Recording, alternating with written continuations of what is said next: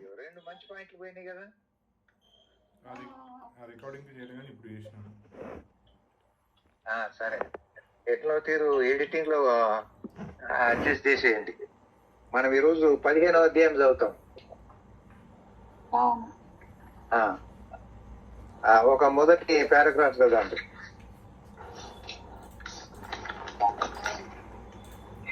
మొదటి పారాగ్రాఫ్ చదివిందా? మొదటి పారాగ్రాఫ్ ఆదికాండం 15వ అధ్యాయం మొదటి పారాగ్రాఫ్.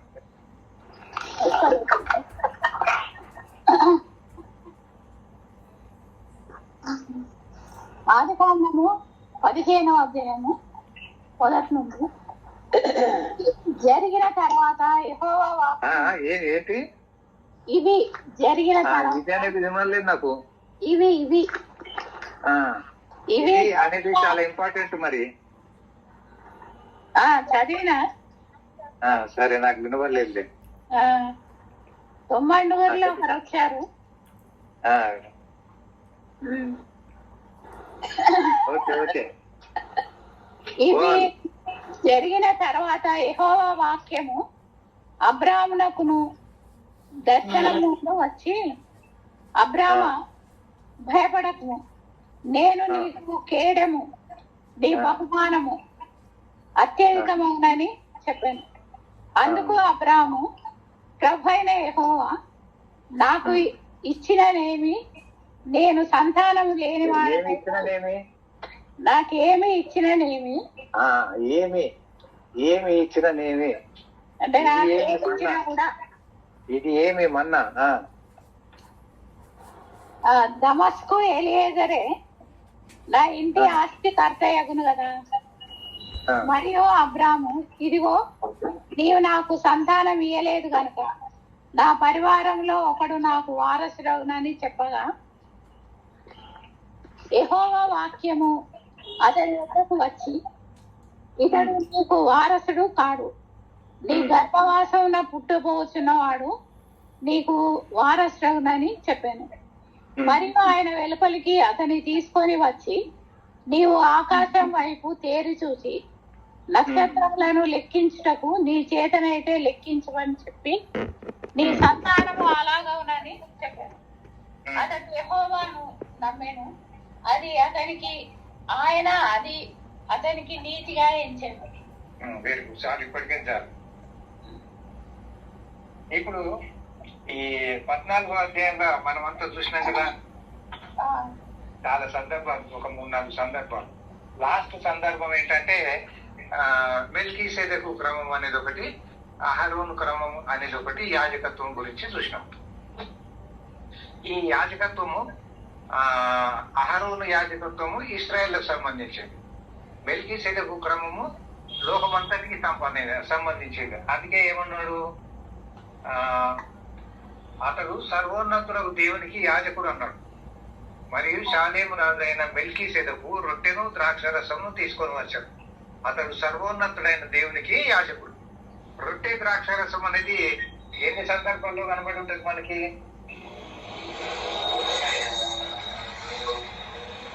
నేను కొంచెం గ్యాదర్ చేయమన్నా కదా.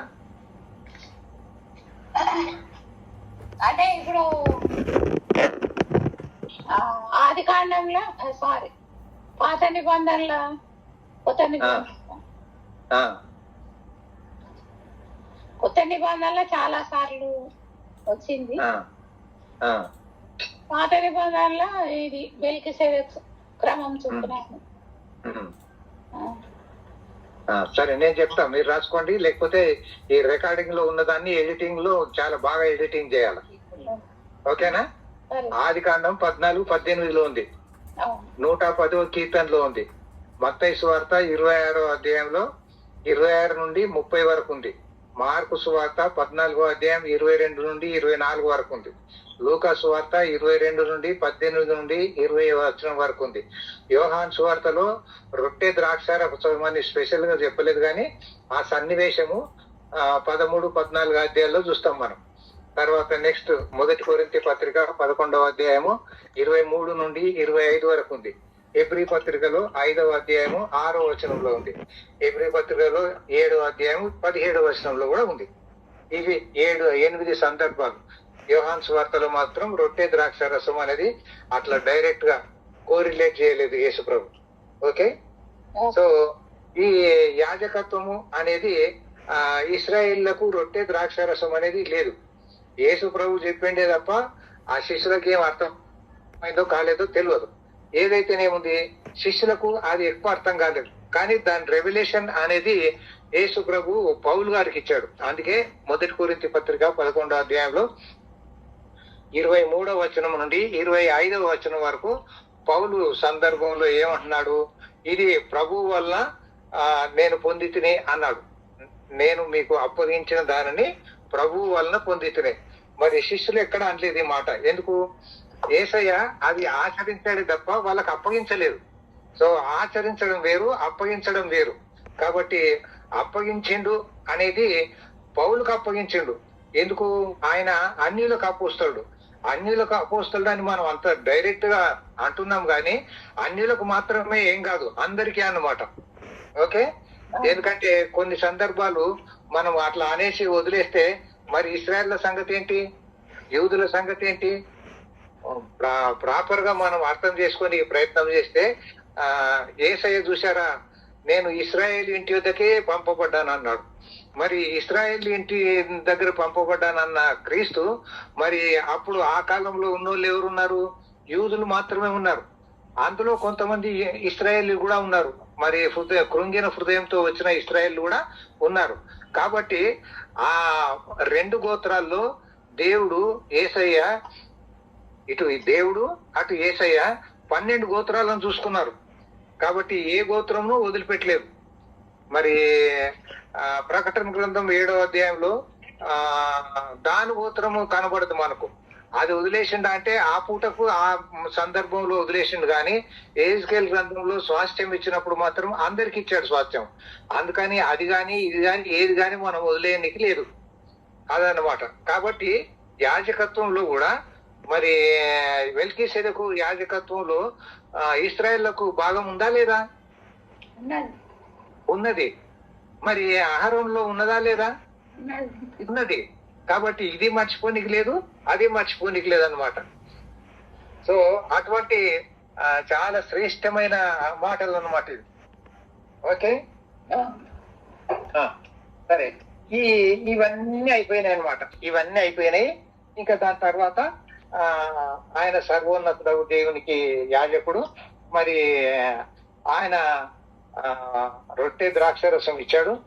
మరి అబ్రహాము కూడా చెయ్యెత్తి ప్రమాణం చేస్తా ఉన్నాడు, నేను ఏది తీసుకోను, ఎందుకంటే ఈ అన్యాయస్తురి నాకు వద్దు, అన్యాయస్తురి నాకు వద్దు, ఈ లోక సంబంధమైంది నాకు వద్దు, మరి శరీరానుసారమైంది అక్షరానుసారమైంది నాకు వద్దు.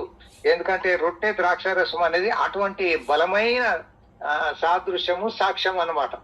అందుకని ఇంకా మళ్ళీ అది దానికి పోయేది లేదు. చాలా మంది ఏంటంటే రొట్టె ద్రాక్షరసం తీసుకొని మాత్రమే చర్చికి వచ్చి వెళ్ళిపోతా ఉంటారు, అదేదో ప్రసాదం లాగా. అది ఎంత ప్రమాదం అంటే, అందుకే 1 కొరింథీ 11వ అధ్యాయంలో 25 నుండి కిందికి మనం సాగిపోతే ఆ అయోగ్యంగా పాలు పంపులు పొందేవాడు ఏమైతాడు అనేది మనం ఇంతకు ముందు కూడా జ్ఞాపకం చేసుకున్నాం. మీరు ఒకసారి కిందికి చదివితే అది అర్థమైపోతుంది. సో ఏది తీసుకోవాలా ఏది తీసుకోవద్దు అనే ఆ విచక్షణ, ఆ వివేచన, ఆ మంచి చెడులు అనే వివేచన అనేది మానవుడు సంపాదించాడు, కానీ వాడుకోలేకపోయాడు. కానీ చెడును విసర్జించుట అదే వివేచన. మరి ద్వితీయోపదేశకాండం 29వ అధ్యాయం 29వ వచనంలో చూస్తాం. మరి యోబు గ్రంథంలో చూస్తాం. ఆ వివేచన అనేది రావాలి. జ్ఞానము వివేచన అనేది ఎక్కడొస్తుంది, ఎట్లొస్తుంది అనేది మనం యోబు 28:28లో కూడా చూస్తాం. కాబట్టి ఆ వివేచనను అబ్రహాం ఇక్కడనే వాడేశాడు. ఇది విశ్వాసులకు ముంగుర్తు కింద ఉన్నట్టు మనం గమనిస్తాం. కాబట్టి ఆ సంగతులన్నీ 14వ అధ్యాయంలో అయిపోయినాయి. అందుకని ఇది జరిగిన తర్వాత అంటాడు, ఇది జరిగిన తర్వాత. ఆ ఇది జరిగిన తర్వాత అనేది మనం అర్థం చేసుకొని మనసులో పెట్టుకున్న తర్వాత అప్పుడు నెక్స్ట్ ప్రొసీడ్ అన్నమాట. ఆ ప్రొసీడ్ అంటే ఏంటి? 15వ అధ్యాయం అన్నమాట. ఇదే రీతిగా మనకు చూడు 11వ అధ్యాయం హెబ్రీ పత్రికలో విశ్వాస వీరుల జాబితా ఉంటది. 12వ అధ్యాయం మొదటి వచనంలో ఇంత గొప్ప సాక్షి సమూహం అని అంటది. అంటే 11వ అధ్యాయంను ఉటంకించి మాట్లాడుతున్నాడు అనమాట. అట్లాగే ఇక్కడ 14వ అధ్యాయంను ఉటంకించి మాట్లాడుతున్నాడు అనమాట. ఇది జరిగిన తర్వాత అంటే అదనమాట. యెహోవా వాక్యము అబ్రహామునకు దర్శనమందు వచ్చేది. చూసారా? ఇది జరిగిన తర్వాత యెహోవా వాక్యము అబ్రహామునకు దర్శనమందు వచ్చి వాక్యము మనము యోహాను సువార్త 1వ అధ్యాయం 1వ వచనంలో ఏం చదువుతాము? ఆ వాక్యము దేవుడై ఉండేను, ఆ వాక్యము దేవుని యొద్ద ఉండేను, ఆ వాక్యము ఎవరది? యేసుక్రీస్తు ప్రభువే. కాబట్టి ఆ వాక్యం యేసుక్రీస్తు ప్రభు అనేది ఇక్కడ మనము మరొకసారి గుర్తు చేసుకోవాలి. ఇది జరిగిన తర్వాత అన్నాడు, యెహోవా అన్నాడు, వాక్యం అన్నాడు. అంటే ఇది ఎంత పవర్ఫుల్ గా ఉందో చూడు పరిశుద్ధాత్మని ప్రెజెంటేషన్. కాబట్టి వాక్యము అబ్రాహామునకు దర్శనమందు వచ్చి పక్కగా రాశాడు దర్శనం. ఇది చాలా గ్రేట్ దర్శనం అన్నమాట. ఈ 15వ అధ్యాయము చాలా చాలా చాలా గ్రేట్ దర్శనం. ఇంతకుముందు నేను బహుశా అనే ఉంటాను. మరి ఈ దర్శనంలో ఎన్ని గొప్ప సంగతులు ఉన్నాయనంటే ఇది పవర్ ప్యాక్డ్ అధ్యాయం అన్నమాట. Power packed. మరి అసలు పాత నిబంధనలో కొన్ని అధ్యాయాలు ఎంత పవర్ఫుల్ గా ఉన్నాయంటే అది మనం అట్లా చదివేసేసిపోతాం. కానీ దాంట్లో ఉన్న పవర్ అస్సలు మనకు అర్థం కాదు. మనకు 1% అర్థమైతే చాలా గ్రేట్ కింద లెక్క. మరి అట్లాంటప్పుడు మనం కొంచెం కష్టపడితే తప్ప పరిశుద్ధాత్మ దేవుడు మనకి ఇవ్వలేడు. అందుకని ఇది జరిగిన తర్వాత యెహోవా వాక్యము దర్శనమందు వచ్చి అబ్రామా భయపడకుము, అబ్రామా భయపడకుము. మరి కేడము అంటే ఏంటి? కేడము ఇంకా అంటే వింగ్స్, రెక్కలు. ఇంకా సరే నేను చెప్తలేదు. కేడెం అంటే ఆశ్రయం అన్నమాట. అందుకే దావీదు బాహాటంగా చెప్తాడు, ఆయన నా ఆశ్రయము, నా దుర్గము, నా కేడము. కాబట్టి ఆశ్రయపురము అని కూడా అంటాడు. ఏనా 6 ఆశ్రయపురాలను తీసుకొస్తాడు. కాబట్టి ఆయనే ఆశ్రయము, ఆయనే దుర్గము, ఆయనే కేడము. ఆ ఆశ్రయము అనేది ఇక్కడ ఉటంకించి తీసుకొస్తున్నావుట. నువ్వేం తొందరపడకు అబ్రామా, నువ్వేం తొందరపడకు, నీ బహుమానం అత్యధికంగా అవుతుంది. ఇంకా ఇవన్నీ చెప్పుకుంటూ పోతా ఉన్నాడు. అబ్రామ్కేమో మనసులో మాట అనేది ఒకటి ఉంది. మనసులో ఏముంది మాట? మనసులో ఏం మాట ఉంది అని అంటే, నాకు నా తర్వాత ఒకడంటూ ఉండాలి కదా. అసలు నువ్వు లోకంలో జనాల్ని పుట్టిస్తా ఉన్నావు, ఒకరి తర్వాత ఒకడు రావాలా. మరి వాళ్ళు రెండుటికి వాళ్ళు హక్కుదారులు కావాలి. ఒకటి ఆస్తికి హక్కుదారులు కావాలి. రెండవది మన తర్వాత మన జనరేషన్ కంటిన్యూ కావాలా. మన జనరేషన్ కంటిన్యూ కావాలా. ఇప్పుడు ఒక ఇంటి పేరు ఉందనుకో, మాల్చెర్లు ఉన్నారు, లేకపోతే గంగారములు ఉన్నారు. వాళ్ళ ఇంటి పేరు ఒక దగ్గర అంతం కావడం దేవుని చిత్తం కాదు. కాబట్టి అది కొనసాగాలి. ఇప్పుడు ఆ రీతిగా మరి కొనసాగాలంటే అబ్రాహాముకు కుమారుడు కావాలి కదా. అదనమాట. కుమారుడు కుమారుడు కుమారుడు. బైబిల్ అంతట్లో కుమారుడు అనేది చాలా చాలా చాలా చాలా ఇంపార్టెంట్. ఆదాముకు కుమారుని ఇస్తాడు. అబ్బాయి ఏమంటది, నేను ఒక నరుణ్ణి సంపాదించుకున్నాను అని అంటాడు. అది చాలా గ్రేట్ కింద లెక్క. వాళ్ళకి అసలు they never felt that it would be like this. కాబట్టి ఆ నరుడు అనేవాడు రావాలా. ఆ నరుడు క్రీస్తుకు ముంగుర్తు. మరి ఆయన నరపుత్రుడు. మరి ఆ రీతిగా ఆ నరుడు అనేవాడు రావాలా. కాబట్టి ఎవరికైనా ఆ నరుడు లేదా కుమారుడు అనేవాడు రావాలా. అందుకే నీకు కుమారుడు అని అంటాడు. 3వ అధ్యాయం 15వ వచనంలో ఏమంటాడు? ఓ ప్రక్క శాపం పెడతాడు దేవుడు, ఒక శాపం పెడతా ఉన్నాడు. కానీ ఇంకో మాట ఏం చెప్తున్నాడు? 3వ అధ్యాయం 15వ వచనం ఆదికాండం.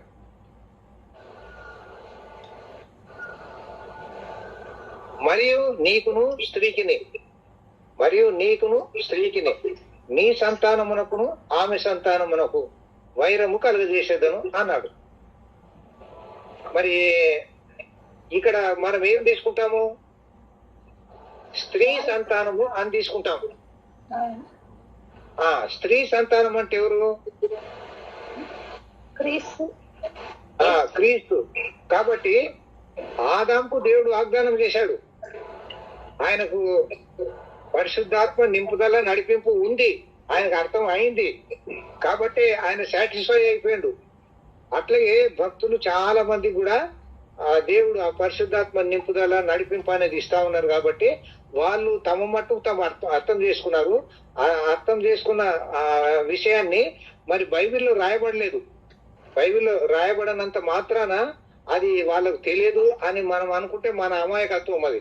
కాబట్టి భక్తులకు దేవుడు ఆ పరిశుద్ధాత్మ నింపుదల నడిపింపు అనేది అప్పుడే ఇచ్చాడు. దాని ద్వారా వాళ్ళు తెలుసుకున్నారు. అది దాని తర్వాత తరం వాళ్ళకి అది ఒక స్వాస్థ్యంగా మిగిలిపోయింది. ఇప్పుడు యోబు పరీక్షింపబడుతున్నాడు. యోబుకు తెలుసా తెలీదా? తెలుసు, నేను పరీక్షింపబడుతున్నానని తెలుసు. కానీ అక్కడక్కడ సహనం కోల్పోతా ఉండు. అది మానవ నైజము. అంత మాత్రాన ఆయనకు తెలియకుండా పోతా ఉంది అనేది ఏం లేదు. కాబట్టి మనకు కూడా కొన్ని విషయాలు తెలుసు. అది సూచాయిగా కొన్ని తెలుసు, కొన్ని బాహాటంగా తెలుసు, కొన్ని పరిశుద్ధాత్మ నింపుదల నడిపింపు ద్వారా వచ్చేటి ఉంటాయని మనకు తెలుసు. కాబట్టి మనకు సూచాయిగాను పరిశుద్ధాత్మని నడిపింపు ఇట్లా ఉన్నట్టుంది అనే అది వచ్చినప్పుడు మనం దాన్ని గట్టిగా పట్టుకోలేము. నీ కలిగిన దానిని నీవు గట్టిగా పట్టుకోను అని అంటాడు ప్రకటనలో. అది ఇదే అన్నమాట. కాబట్టి కుమారుడు అనే మాట ఇక్కడ తీసుకోవాలి. కుమారుడు, ఆ కుమారుడు ఏంటన్నాం మనం ఇప్పుడు? క్రీస్తు. ఆ కుమారుడు క్రీస్తు. అదే సత్యాన్ని ఇక్కడికి మనం ట్రాన్స్పోజ్ చేయాలి. అదే సత్యాన్ని మనం ఇక్కడ ట్రాన్స్పోజ్ చేయాలి. ఇక్కడ ఏమంటున్నాడు యెహోవా దేవుడు? నెక్స్ట్, నీ బహుమానము అత్యధికము అగును అన్నాడు. ఈ బహుమానం అనేది దేవుడు తన ఉద్దేశంలో ఈ క్రీస్తును గురించి చెప్తున్నాడు అనమాట. నీ బహుమానం మత్తయి సువార్త 1వ అధ్యాయం 1వ వచనంలో ఏమన్నాడు? అబ్రహాం కుమారుడగు దావీదు కుమారుడైన యేసుక్రీస్తు ప్రభు. ఆ బహుమానం అన్నమాట. ఆ బహుమానము అబ్రహాంకి అర్థమైతే ఉండొచ్చు కొద్దిగా, మరి అర్థం కానట్టు ఉండొచ్చు కొద్దిగా. ఎందుకంటే నీ బహుమానం అత్యధికం అని చెప్పాను. అప్పుడు అబ్రహాం ఏమంటున్నాడు చూడు. అప్పుడు అందుకు అబ్రహాము, ప్రభు అయిన యెహోవా నాకు ఏమి ఇచ్చిననేమి అంటే ఏంటి? ఆ ముసుగులో ఎందుకు దేవా? మరి నాకు ఏదో చెప్పు, నాకు సూచాయిగా అర్థమైతా ఉంది, కానీ బాహాటంగా చెప్పు, నాకు అది ఏమీ అర్థమైతలేదు, నాకు కాస్త తేటగా చెప్పు అన్నమాట అది. అందుకు అబ్రాము, ప్రభు అయిన యెహోవా నాకేమి ఇచ్చినా ఏమి, నాకు ఏది ఇచ్చినా ఏంటి? అదేదో ఇస్తాన్నావు కదా, ఆ సంతానం ఇస్తాన్నావు కదా, కుమారుని ఇస్తానన్నావు కదా, నన్ను ఆ ఊర్లోంచి, ఆ ఇంట్లోంచి, ఆ దేశంలోంచి బయటకు నడిపించావు కదా, నేను నమ్మాను కదా, అప్పటి నుండి ఇప్పటిదాకా నమ్మి వస్తానే ఉన్నాను కదా. కానీ నువ్వు ఆ ఇస్తా అన్న దానికి, ఆ వాగ్దానానికి, నేను నిన్ను స్తుతించే స్థితి ఏది? నేను నిన్ను ఆరాధించే స్థితి ఏది? నేను ఇప్పటికే 3 బలిపీఠాలు కట్టాను. మరి అట్లాంటప్పుడు నేను నిన్ను ఎంతగా ఆరాధిస్తున్నాను, ఎంతగా ఇది చేస్తున్నాను, కానీ నాకు బహుమానం ఏది అని అంటున్నాడు. కానీ ఇప్పుడు ఫస్ట్ క్లాస్ నుండి 10th క్లాస్ వరకు చదువుతానే ఉన్నావు, పరీక్షలు రాస్తానే ఉన్నావు. కానీ 10th క్లాస్ రాసే పరీక్షకి మిగతా పరీక్షలకు తేడా లేదా? అట్లాగే అబ్రహాంకి ఇది ఒక పరీక్ష అన్నమాట. ఆ పరీక్ష తర్వాతనే నీకు బహుమానం అంటే ఏంటి? ఫైనల్ సర్టిఫికేట్ అన్నమాట. ఆ సర్టిఫికేట్ రావాలంటే ఆ ఫైనల్ నువ్వు రాయాలయ్యా. నీ బహుమానము, నీ కేడము, నీ ఆశ్రయము, నీ దుర్గము నేనే. నీకు బహుమానం ఇస్తాను. ఆ బహుమానం క్రీస్తు అనమాట. ఓకే. అందుకు అబ్రాహాము, ప్రభు అయిన యెహోవా నాకేమి ఇచ్చిననేమి, నేను సంతానం లేనివాడనై పోతున్నానే. ఇక్కడ సంతానం అంటే మరి ఇందాక మనం చదువుకున్నాం కదా, ఆది కాండంలో ఆ సంతానము క్రీస్తు. ఓకే, సరే. ఇది ఎట్లా డెవలప్ చేస్తున్నాడో మనం చూస్తాం మిగతా 4 వచనాల్లో. ఎందుకంటే మొత్తం 6 వచనాలు చదివినాం. 6 వచనాల్లో మనం అటు ఇటు తేల్చిపారేయాలి. ఓకే, ఇప్పుడు ఆస్తికి కర్త, ఆస్తికి కర్త. ఆస్తి కావాలా, దాని తర్వాత దానికి కర్త కావాలా, దాని తర్వాత ఇవన్నీ ఎక్కడికి పోతా ఉన్నాయి? 2 రకాలుగా మనం గమనించాలి. ఒకటి, ఆదాము 2 విషయాలు పోగొట్టుకున్నాడు. ఆదాము 2 విషయాలు పోగొట్టుకున్నాడు. మొదటిది, ఈ ఆ సంతానము క్రీస్తు అనేది దేవుడు చెప్తే తప్ప ఆయన తెలియదు, అది పోగొట్టుకున్నాడు. కానీ దేవుడే వాగ్దానం చేశాడు. ఇంకోటి ఏం పోగొట్టుకున్నాడు? ఆస్తి పోగొట్టుకున్నాడు. ఆస్తి అంటే ఏంటి? ఏదైనా తోట మాత్రమే కాదు, ఈ లోకమంతా కూడా ఆదాముకి ఇచ్చాడు దేవుడు. ఆదాము మరి richest man in the world, అవునా కాదా? అట్లాగే నోహు richest man in the world, అవునా కాదా? అటువంటి స్థితి పోగొట్టుకున్నాడు. ఈ ఆస్తికి కర్త అనేది ఎవరైతారు అనేది అబ్రాహాం అడుగుతా ఉన్నాడు. నా ఆస్తికి కర్త ఎవరైతారు? మరి ఆస్తి ఉండాలా, ఆస్తికి కర్త ఉండాలా? ఇప్పుడు సాతాను మత్తయి సువార్త 4వ అధ్యాయంలో, లూకా సువార్త 4వ అధ్యాయంలో యేసయ్యతో ఏమంటున్నాడు? ఈ సర్వలోకం నాది, ఈ సర్వలోకము నాది, నువ్వు నాకు నమస్కారం పెడితే నేను నీకు ఇచ్చేస్తా అంటున్నాడు.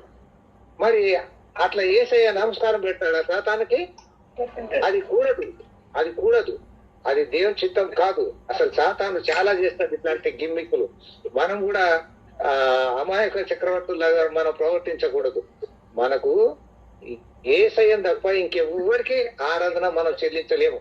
అందుకే ఎస్తేరు గ్రంథంలో దేవుడు అనేది లేకున్నా నేను యూదులను అని అంటాడు. నేను యూదులను అంటే ఏంటి ఉద్దేశము? నేను ఎవరికి సాష్టాంగ పడను, నమస్కారం చేయను, దేవునికి మాత్రమే చేస్తా. ఆయన యెహోవా దేవుడే. కాబట్టి నేను ఇంకా మనకు వీనికి వానికి అడమైనోడికి నేనేం నమస్కారం చేయ అనేది అన్నమాట ఉద్దేశం. కాబట్టి మనం కూడా ఎవ్వరికి తాగిల పడొద్దు, ఎవ్వరికి నమస్కారం చేయొద్దు. మనం దేవునికి మాత్రమే. ఆ సందర్భం ప్రకటన గ్రంథంలో మరి యోహాను ద్వారా తెలుసుకుంటాం. తర్వాత పేతురు సందర్భంలో కూడా తెలుసుకుంటాం. ఆయా సందర్భాల్లో దేవదూత ఆరాధన ఎందుకు ఇచ్చగలిగి అట్లాంటి ఏమైనా చేస్తే కూడా అది పొరపాటు అని చెప్తాడు. కాబట్టి ఎవరైనా ఇటువంటి పరలోకం నుండి కనబడ్డ దేవదూతలు గాని అట్లాంటి వాళ్ళు గాని కనబడితే వాళ్ళకు మనం సాగిల పడాల్సిన పని లేదు. మరి యెహోషువ గ్రంథంలో యెహోషువ మరి దూత కనబడ్డప్పుడు దూత ఏమన్నాడు? ఆ చెప్పులు మాత్రం పక్కకు జరుపు అన్నాడు, అంతే. కానీ నువ్వు సాగిల పడాలన్నాడా? అనలేదు. యెహోషువ కూడా మరి ఆ చెప్పులు పక్కకు పెట్టాడు. తర్వాత ఏమైంది అనేది చాలా మందికి అర్థం కాలేదు. కానీ ఉద్దేశం ఏంటంటే ఆ దూత యెహోషువలో కలిసిపోయాడు. అది ఎక్కడ రాయబడిన సత్యాలు మీరు చెప్పొద్దు అని చాలా మంది అంటా ఉంటారు. కానీ మరి ఇప్పుడు ఆ యెహోషువ గారు యెహోవా సేనాధిపతి, యెహోవా సర్వసేనల సేనాధిపతి అన్నాడు. మరి యెహోషువ దగ్గరకు వచ్చిన ఆ దూత ఏమన్నాడు? యెహోషువ అడుగుతున్నాడు, నువ్వు ఎవరి పక్షంగా వచ్చావు? మా పక్షంగానా, మా విరోధుల పక్షంగానా అని అడిగితే దూత ఏం చెప్పాడు? నేను యెహోవా సేనాధిపతిగా వచ్చి ఉన్నాను అన్నాడు. అంటే ఉద్దేశం ఏంటి? నేను నీలో కలుసుకుంటున్నాను, ఇక నువ్వు దేవుని సేనాధిపతి అన్నాడు అనమాట. లేకపోతే మిగతా అన్ని రాసేవాళ్ళు డీటెయిల్ గా, ఇది రాయలేదు అది ఇక్కడ పెట్టారంటే మనకు పరిశుద్ధాత్మ దేవుడు మిగతాది ఎక్స్ప్లెయిన్ చేస్తాడు అన్నమాట. చాలా మంది భక్తులు పరిశుద్ధాత్మ పూర్ణులు అయితే ఉన్నారు. పరిశుద్ధాత్మ పూర్ణులు అయితే పరిశుద్ధాత్మ దేవుడు ఇవి బోధిస్తాడు అనమాట. ఆయన మీకు సర్వసత్యంలోనికి నడిపిస్తాడు, అన్ని సత్యాలు బోధిస్తాడు అని మనకు యోహాను సువార్త 16వ అధ్యాయంలో మనం నేర్చుకున్నాం. కాబట్టి ఇక్కడ అబ్రాము కొన్ని క్లారిఫికేషన్స్ అడుగుతా ఉన్నాడు. మొదటి క్లారిఫికేషన్ ఏమంటున్నాడు? ప్రభు అయిన యెహోవా నాకేమి ఇచ్చిననేమి, ఏదన్నా చాలా ఇష్టం ఉన్నావు మంచిదే, కానీ నాకు ఏం లాభం నేను సంతానం లేని వాడిని అయిపోయాను. నువ్వేమన్నావు? సంతానం ఇస్తా అన్నావు. కానీ ఆ సంతానం ఏది? నా ఆస్తి ఉన్నది, నాకు ఆస్తి ఇచ్చావు. మరి ఆస్తికి కర్త ఎవరైతారు? ఆ ఆస్తి కర్త ఎవరైతారు అని అడుగుతా ఉన్నాడు. సో ఇప్పుడు ఆదాము 2 పోగొట్టుకున్నాడు అని విన్నాం మనం. ఇప్పుడు ఒకటి ఏం పోగొట్టుకున్నాడు? ఆస్తి పోగొట్టుకున్నాడు. రెండవది ఏం పోగొట్టుకున్నాడు? కుమారుడు రాలేదు. అదన్నమాట. కాబట్టి ఆస్తికి కర్త. కాబట్టి సంతానము అనేది దేవుడు ఇద్దామనే అనుకుంటున్నాడు. కానీ కొంతమందికి ఇవ్వట్లేదు. అసలు బైబిల్ అంతట్లో ఎవరికో ఒకరికి ఇవ్వలేదు. ఆ ఎవరో తెలుసా మీకు?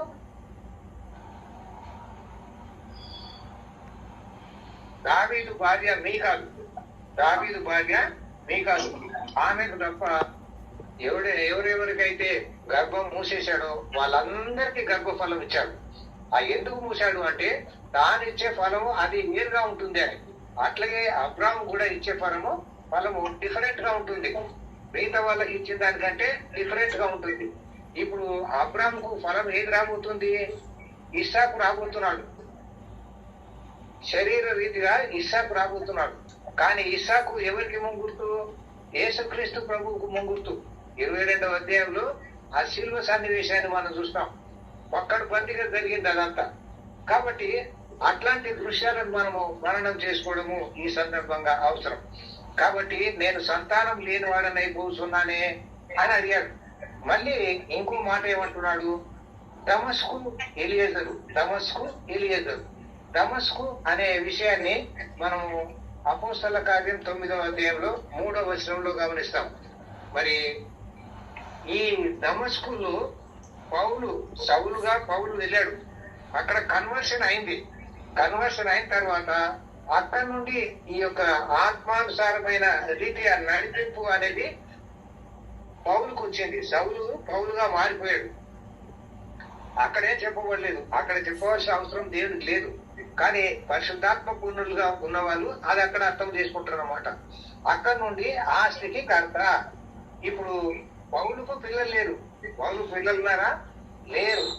కానీ ఆయనకు ఆత్మీయ సంతానం వచ్చాడు. ఇక్కడ ఆ దమస్కు ఎలియేజరు అని అంటున్నాడు. దమస్కు ఎలియేజరు అంత తేటగా చెప్తా ఉన్నాడు. మరి ఈ ఎలియేజరు అనే పేరుని ఇక్కడ వాడాడు. అదే 24వ అధ్యాయంలో, ఆదికాండం 24వ అధ్యాయంలో ఎలియేజరు అని చెప్పలేదు. ఎందుకు చెప్పలేదు? నేను 2-3 సార్లు మీ ఇంట్లో ప్రసంగం చేశాను వనస్థలిపురంలో. మరి ఎలియేజరు అని అక్కడ వాడకూడదు. కొంతమంది తెలిసి తెలియక ఎలియేజర్ అని అనేస్తా ఉంటారు. ఎందుకు వాడవద్దు అని అంటే అక్కడ పరిశుద్ధాత్మునికి సంకేతం అది. ఏ సందర్భాల్లో పరిశుద్ధాత్ముడు డైరెక్ట్ డైలింగ్ చేయబడతా ఉన్నాడో ఆ సందర్భాల్లో ఆయన పేరు చెప్పబడదు. అందుకని మనం దాన్ని మనసులో పెట్టుకోవాలి తప్ప బయటకు చెప్పాల్సిన పనేం లేదు. అర్థం చేసుకోనికి ఈ రీతిగా మనం చెప్పుకోవాలన్నమాట. కాబట్టి దమస్కు ఎలియేజరు నా ఆస్తికి కర్త, నా ఇంటి ఆస్తి కర్త ఎగును కదా అని అన్నాడు. దేవుడు అదే అది అట్లా కాదులే అన్నాడు. అట్లా కాదు. మరియు అబ్రాము, ఇదిగో నీవు నాకు సంతానం ఇయ్యలేదు కనుక నా పరివారంలో ఒకడు నాకు వారసుడు ఉందని చెప్పగా అబ్రాముకు మాత్రం ఎక్కువైపోయింది. మరి కర్త అన్నాడు, వారసుడు అన్నాడు, ఇవన్నీ అనేస్తా ఉన్నాడు. దేవుడికి ఇవన్నీ తెలుసు, తెలియనిది ఏం లేదు. దేవుడు ఇస్తానని అంటున్నాడు. ఆ ఇస్తాననేంత వరకు మరి అబ్రాము అప్పుడు దాకా ఎన్నేళ్ళు వెయిట్ చేసి ఉంటాడు? దరిదాపు అబ్రామును దేవుడు 75 సంవత్సరాల ప్రాయంలో పిలిచాడు. మరి 100 సంవత్సరాలకు ఇస్సాకు పుట్టాడు. ఈ సందర్భం 15వ అధ్యాయం వరకు ఎంతకాలం జరిగిపోయి ఉండొచ్చు? దాదాపు ఒక 15 సంవత్సరాలన్నా జరిగిపోయి ఉంటుంది. అంటే అబ్రామ్కి ఎంత వయసు వచ్చి ఉంటుంది? 90 సంవత్సరాలు వచ్చి ఉంటుంది. అందుకని ఈయన రాత్రం పెరిగిపోతా ఉంది. నా కొడుకు లేడు, నాకు నాకు సంతానం లేదు, నా ఆస్తి కర్త లేడు అనేది ఆయనకు ఆ ఆవేశం ఆయాసం పెరిగిపోతా ఉంది. అందుకే ఈ వాగ్దానం చెప్పినప్పుడు ఈ రీతిగా అబ్రాం మాట్లాడాల్సిన అవసరం అనేది వస్తున్నట్టు మనం గమనిస్తాం. కాబట్టి ఎలియెజరే నా ఇంటి ఆస్తికి కర్తయ్యను కదా, మరియు అబ్రాము ఇదిగో నీవు నాకు సంతానం ఇయ్యలేదు కనుక నా పరివారంలో ఒకడు నాకు వారసుడు ఉందని చెప్పగా, అంటే శరీరము ఆత్రపడతా ఉంది. శరీరము ఉప్పొంగును మరి పాలు పొంగును, శరీరం ఉప్పొంగును అంటుంటారు కొంతమంది. శరీరం చాలా సార్లు ఉప్పొంగుతా ఉంటది. అట్లా ఉప్పొంగడం అనేది దేవుని చిత్తం కాదు. మరి ఇక్కడ అబ్రాము ఆ రీతిగా యెహోవా దేవునితో మాట్లాడుతా ఉన్నాడు. అయితే యెహోవా దేవుడు ఏమంటున్నాడు, మళ్ళీ 4వ వచనం, యెహోవా వాక్యము అతని యొద్దకు వచ్చి, మళ్ళీ రెండోసారి, అప్పటికే ఒకసారి వచ్చింది మొదటి వర్షంలో, మళ్ళీ రెండవసారి బలంగా వస్తుంది అన్నమాట వాక్యం. ఆ వాక్యం క్రీస్తే, ఆ వాక్యము క్రీస్తే. కాబట్టి ఆ వాక్యము యెహోవా వాక్యం అతని యొద్దకు వచ్చి, ఇతడు నీకు వారసుడు కాడు, ఇతడు నీకు వారసుడు కాడు, నువ్వు ఏమన్నా చేసుకో, ఇతడు నీకు వారసుడు కాదు. రేపు నువ్వు మాయ చేసి ఇస్మాయిల్ను సంపాదిస్తావు, వాడు కూడా నీకు వారసుడు కాడు. నేను నీకు గర్భవసన పుట్టించబోతున్నాను. వాడెవడు? ఇస్సాకు. ఆ ఇస్సాకు నీకు వారసుడైతాడు. వాస్తవంగా ఇస్సాకు క్రీస్తుకు ముంగుర్తు. ఇంకా గట్టిగా చెప్పాలంటే నీకు వారసుడు ఎవరు? క్రీస్తు అని చెప్తా ఉన్నాడు అనమాట. కానీ అబ్రాహాం ఏమో తొందరపడుతున్నాడు, ఆత్రపడుతున్నాడు, ఏదో ఒకటి అంటానే ఉన్నాడు. అందుకని యెహోవా వాక్యం ఆయన దగ్గరకు వచ్చాం. ఆ వాక్యము శరీరధారి అయి కృపాశక్తి సంపూర్ణుడుగా మన మధ్యకు వచ్చాను. యోహాను సువార్త 1:14 వచ్చాం. చాలా మంది ఈ సందర్భంగా ఈ యొక్క శరీరధారి అనే మాట వాడకుండా శరీరావతారము అంటుంటారు. మంచి మంచి గ్రంథాల్లో కూడా నేను చదివాను. శరీరావతారము అని అంటారు. శరీరావతారము అని అంటే అది ఇంకెక్కడికి పోతా ఉంటది. కాబట్టి ఇంకెక్కడికి పోదానికంటే శరీరధారి, శిల్వధారి అనే మాట మనం ప్రమోట్ చేసుకోవాలి. పాస్లమన్ గారు శిల్వధారి ధరించిన వాడు, అట్లాగే శరీరధారి ధరించిన వాడు, అట్లాగే మహిమ సువార్త మరి మహిమ వస్త్రము ధరించిన వాడు. ఆ దారి అంటే ధరించిన వాడు అన్నమాట. ఆ రీతిగా ఆయన దగ్గరికి వాక్యం వచ్చి మళ్ళీ బలపరుస్తా ఉన్నాడు అనమాట. యెహోవా వాక్యము అతని యొద్దకు వచ్చి, ఇతడు నీకు వారసుడు కాడు. నంబర్ 1, నీ గర్భవాసన పుట్టబోచున్నవాడు నీకు వారసుడైతాడు. నీకు సంతానం ఇస్తాను, ఆస్తికి కర్తను ఇస్తాను. నువ్వు అడిగేది 2, కాబట్టి ఆ 2 నేను ఇస్తాను. ఇప్పుడు ఇక ఈ సత్యం ఎంత దూరం పోతుందంటే 6వ వచనంలో దీన్ని మనము ఇంకా చాలా గట్టిగా చదవబోతాం. 6వ అధ్యాయంలో మరి గలతీ పత్రిక 3వ అధ్యాయం 6వ వచనంలో, మరి అట్లాగే మత్తయి సువార్త 1వ అధ్యాయము 1వ వచనంలో, ద్వితీయోపదేశకాండం 1వ అధ్యాయం 10వ వచనంలో ఈ యొక్క సత్యాన్ని ప్రత్యక్షంగా పరోక్షంగా మనం చూస్తూ ఉంటాం. కాబట్టి నీ గర్భవాసన పుట్టబోతా ఉన్నాడు అంటే శారాయే నీ కంటది. అరే మేము ముసలోళ్ళు అయిపోయినాయి, అయితేనేమి యెహోవాకు అసాధ్యమైనది ఏదైనా ఉన్నదా అంటున్నాడు. 17వ వచనంలోకి వచ్చిన తర్వాత సర్వశక్తి గల దేవుడుగా మళ్ళీ ప్రత్యక్షమవుతాడు. ఆ సర్వశక్తి గల దేవుడుగా ప్రత్యక్షమైతూ ఉన్నాడు అంటే మరి ఆ గర్భఫలము ఇవ్వబోతున్నాడు అన్నమాట. సర్వశక్తి గల దేవుడుగా మరి 17వ అధ్యాయంలో మొదటిసారి దేవుడు ప్రత్యక్షమయ్యాడు. అదే సర్వశక్తి గల దేవుడు మరి అనే విషయాన్ని మరియా గర్భం ధరించే సందర్భంలో సర్వోన్నతుడు నిన్ను కమ్ముకొను, ఆయన ద్వారా నీవు గర్భవతి అవుతావు అని ఆ శుభవచనము గబ్రియేలు మరియమ్మ గారికి తెలిపినట్టుగా మనం చూస్తాం. కాబట్టి సర్వోన్నతుడు, సర్వశక్తి గల దేవుడు అనే మాటలు గర్భఫలానికి సంబంధించినవిగా మనం గుర్తు పెట్టుకుంటున్నాం. ఏ సందర్భాల్లో దేవుడు ఎట్లా ప్రత్యక్షమవుతున్నాడు, దాని తర్వాత ఏం జరుగుద్ది. కాబట్టి ఈ పర్టికులర్ అంశంలో దేవుని సంకల్పము, దేవుని ఉద్దేశం మనకి ఎట్లా బయలుపరచబడుతుంది అనేది మనం ప్రతిసారి కూడా కనిపెట్టాలి. మరి యెహోవా దేవునికి చాలా పేర్లు ఉన్నాయి. ప్రత్యేకంగా ఒక 14 పేర్లు యెహోవా ఈరే, యెహోవా నిస్సి అనేది ఇటువంటివి కనబడతా ఉంటాయి. మరి ఆ సందర్భాలతో పాటు ఇవి కూడా మనము వాడుకొని వాటిని నేర్చుకొని వాటిని మనం గుర్తుపెట్టుకోవడము ఎంతైనా అవసరం. కాబట్టి నీ వాసం ఉన్న పుట్టబోతున్నవాడు నీకు వారసుడగును అని చెప్పాడు. ఈ వారసత్వాన్ని మరి ఆయనకు 75 ఏళ్ళు ఉన్నప్పుడు చెప్పాడు. 15 సంవత్సరాలు అది అంటే ఏంటి, ప్రొబేషన్ అయిపోయింది. 15 సంవత్సరాలు ఒక ప్రొబేషన్, 15 సంవత్సరాలు ఒక కృప. మరి కొంతమంది సందర్భాల్లో అది ఒక ప్రొబేషన్ లాగా ఉంటది, కొంతమంది సందర్భాల్లో అది కృప లాగా ఉంటది. ఇప్పుడు దావీదుకు అది ప్రొబేషన్. దావీదుకు 15, 16, 17 ఆ సమయాల్లో ఆయనకు సమూయేలు అభిషేకం చేశాడు. కానీ ఎంబడే దావీదు రాజు అయ్యాడా? కాలేదు. 30 ఏళ్లకు రాజు అయ్యాడు. అంటే ఈ 15 సంవత్సరాలు ప్రొబేషన్ అన్నమాట. అది గుర్తుపెట్టుకోవాలి. 15 సంవత్సరాలు అంటే ఏంటది? ఆ నంబరు ప్రొబేషన్. రెండవది కృప. ఈ రెండుకి మనం రాసుకొని పెట్టుకొని బాగా బై హార్ట్ చేయాలి దాన్ని. నేను ఎప్పుడైనా అడిగితే మీరు చెప్పగలగాలి. అది చెప్పలేకపోతే నా ప్రసంగాలు, నా వాక్యం అంతా మీకు వేస్ట్ అవుతుందని నేను అనుకుంటాను. కాబట్టి 15 సంవత్సరాలు అయింది. అబ్రాము మరి ఇంకా విచారపడతా ఉన్నాడు. అబ్రాము జీవితంలో మరి 15 అధ్యాయాలు ఉన్నాయి. మీరు గమనించారా? ఆది కాండంలో 15 అధ్యాయాలు అబ్రాము జీవితంలో ఉన్నాయి.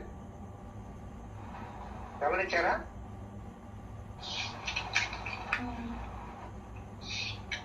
లెక్కేసుకోండి మీరు. ఎలారా? లెక్కేసుకోండి. 11లో స్టార్ట్ అవుతుంది, 25లో ముగుస్తుంది. 15 అధ్యాయాలు. అది కూడా ఒక కృప అన్నమాట. దేవుడు శారాను అబ్రాముకి ఇచ్చాడు. శారా అంటే కృప అన్నమాట. శారా అంటే కృప అన్నమాట. కాబట్టి ఆ కృప అనేది ఎట్లా సిద్ధిస్తా ఉంది, మెటీరియలైజ్ అవుతా ఉంది అనేది మనం గుర్తుపెట్టుకోవాలి. కాబట్టి ఇప్పుడు ఏం చెప్పబోతున్నాడు? నీ గర్భవాసంలో పుట్టబోతున్నాడు. నేను నీకు చెప్పాను, అన్ని చెప్పే నేను తీసుకొచ్చాను. కాబట్టి నేను చెప్పింది నేనేమైనా చేయకుండా ఉంటానా? ఉండను. ఖచ్చితంగా నేను చేస్తాను. కానీ నిన్ను పరీక్షించాలి కదా.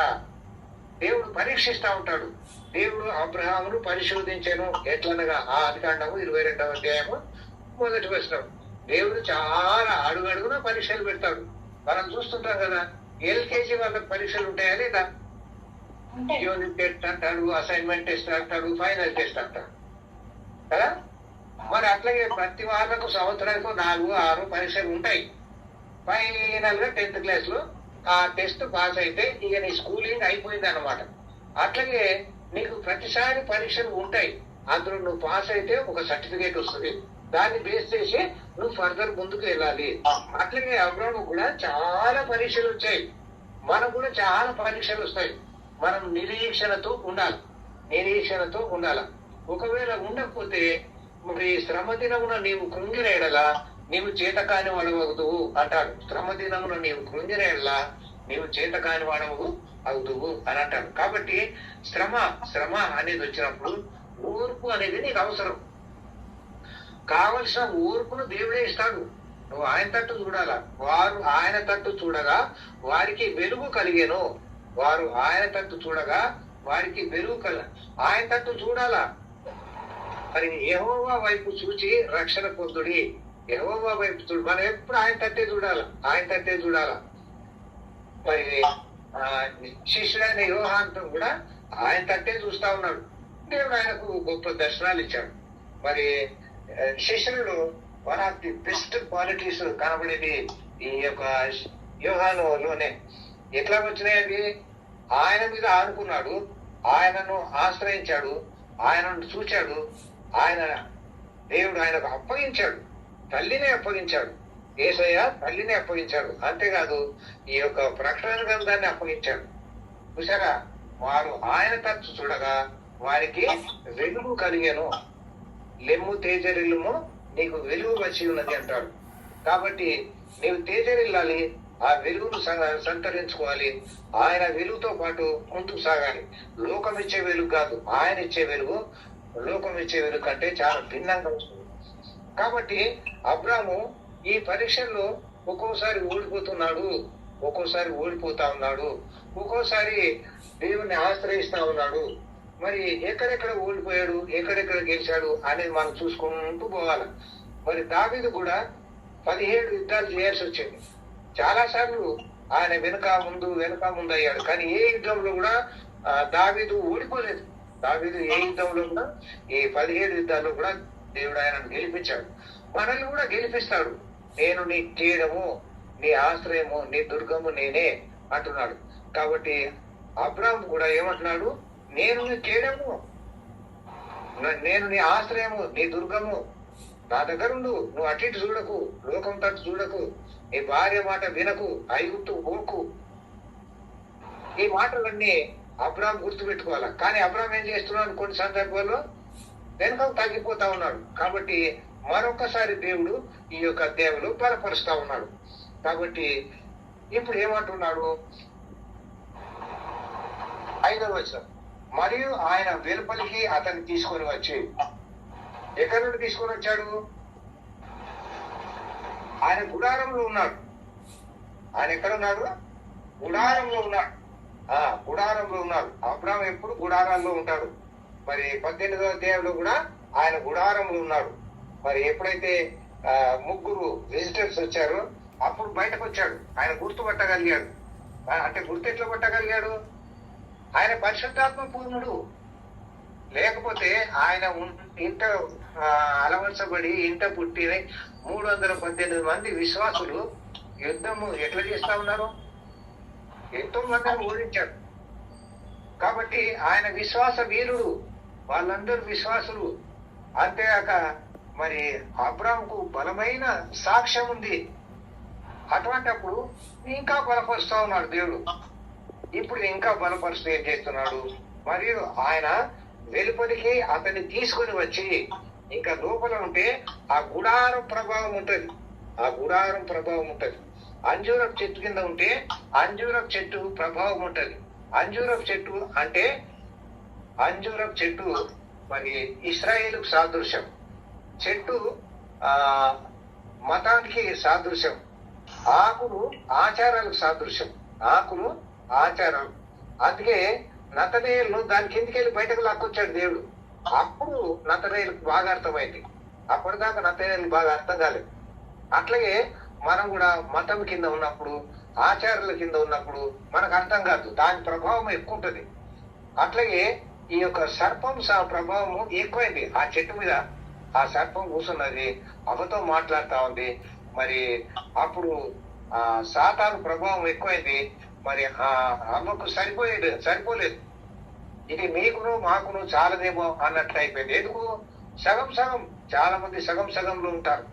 అందుకే 10 మంది కన్యకరులు 5కి అసలు లేదు.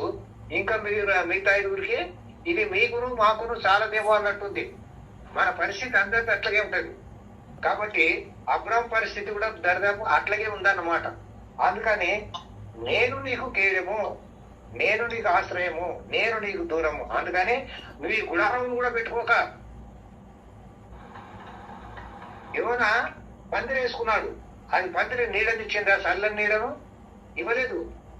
ఆ హౌస్ ఓవర్ హౌస్ అనే ఆ పరిస్థితి దేవుడు కల్పించాడు. ఆ సొర చెట్టును పెట్టాడు, గాలిని తెచ్చాడు. ఆ గాలి చల్లని గాలి అయిపోయింది.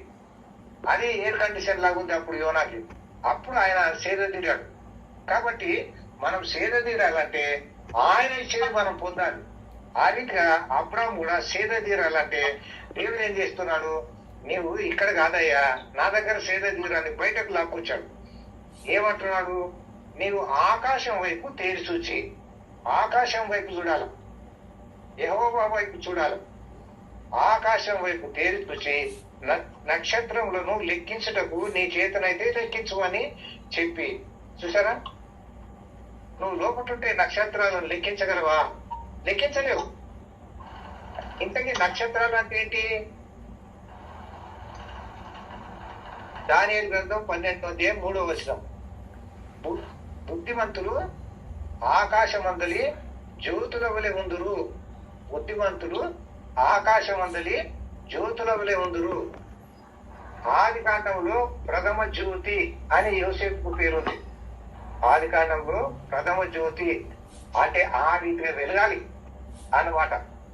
అంటే లోపం లేకుండా ఆయన మన ముందు కనబడతా ఉన్నాడు. ఏడుగురు గొప్ప వ్యక్తులను మనం చూస్తా ఉంటాం. హెబ్రీ పత్రిక 11వ అధ్యాయంలో 7 వ్యక్తులు ఉన్నారు, విశ్వాస వీరులు ఆది కాండం నుండి. దాంట్లో యోసేపు 7వ వాడు. కాబట్టి ఆయన ప్రథమ జ్యోతి అని అంటూ ఉంటాం. కాబట్టి నక్షత్రములను లెక్కించడానికి నీ చేతనైతే లెక్కించుము. ఈ నక్షత్రాలు ఎవరన్నమాట? విశ్వాస వీరులు. మరి వాళ్ళని లెక్కించడానికి అబ్రహాం చేత కాదని దేవుడే లెక్కేశాడు. కాబట్టి అంతమందిని గర్భవాసను ముట్టబోతున్నారు. శరీర రీతిగా నీ సంతానం ఇస్తాను, విశ్వాస వీరుల సంతానం ఇస్తాను. విశ్వాస వీరులు ఇశ్రాయేల్ కానక్కర్లేదు, ఇశ్రాయేల్లో ఉండొచ్చు, బయట కూడా ఉండొచ్చు. మనం ఇప్పుడు బాగా గుర్తుపెట్టుకోవాలా, మెల్కీసెదెకు క్రమము. ఆ క్రమంలో అబ్రహాం కొనసాగుతా ఉన్నాడు. ఆయన ద్వారా రొట్టె ద్రాక్ష రసం పుచ్చుకున్నాడు. అది మనం మర్చిపోకూడదు ఇక్కడ నుండి. కాబట్టి నీ సంతానము అలాగవునని చెప్పాను. అతడు యెహోవాను నమ్మెను. చాలా సార్లు దేవుడు చెప్తా ఉన్నాడు, చాలా సార్లు నమ్మాను అని చెప్పాడు. కానీ ఈ సందర్భం ఎటువంటిది అని అంటే, గలతీ పత్రిక 3వ అధ్యాయము 6వ వచనం చదవండి. గలతీ పత్రిక 3వ అధ్యాయము 6వ వచనం.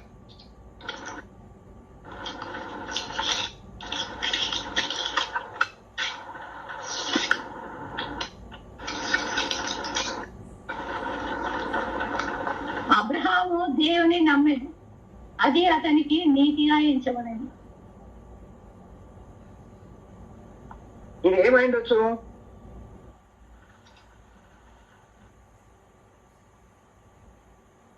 అబ్రహాము చాలా సార్లు దేవుని నమ్మాడు, అది అతనికి నీతిగా ఎంచబడింది అని మనం చూస్తా ఉన్నాం. ఇది ఏమైండొచ్చు? ఇది ఏంటంటే కుమారుని ఇస్తాను అన్నమాట. కుమారుని ఈ 6 వచనాల్లో ఉన్న లోతైన భావం ఏంటంటే, ఆ కుమారుడు యేసుక్రీస్తు ప్రభు. ఇంకా దీని కిందికి వెళ్ళి మనము ఇప్పుడు బహుశా చదువుతామో లేదో నాకు తెలియదు, కానీ దీని తర్వాత ఖచ్చితంగా అది మనము చదువుతాం. కాబట్టి అబ్రహాముకు ఒక సంతానం దేవుడు ఇవ్వబోతా ఉన్నాడు. ఆ సంతానము ఎటువంటిది అనేది మనము మత్తయి సువార్త 1వ అధ్యాయంలో 1 నుండి 16 వచనాలు చూస్తాం. ఆ సంతానంలో మరి ఏమంటున్నాడు? అబ్రహాం కుమారుడైన, దావీదు కుమారుడైన యేసుక్రీస్తు వంశావళి అని అన్నాడు. యేసుక్రీస్తు వంశావళి అందరినీ ఆ 16వ వచనం వరకు కనెను అంటాడు. కానీ 16వ వచనంలో యేసుక్రీస్తు ప్రభు పుట్టెను అన్నాడు. కాబట్టి ఆయన ఎవరో కంటే ఆయన పుట్టడం కాదు, ఆయన్నే పుడతాడు. సో ఈ పాయింట్ మనం చాలా సార్లు విన్నాం, మళ్ళీ దాన్ని గుర్తు చేసుకున్నాం.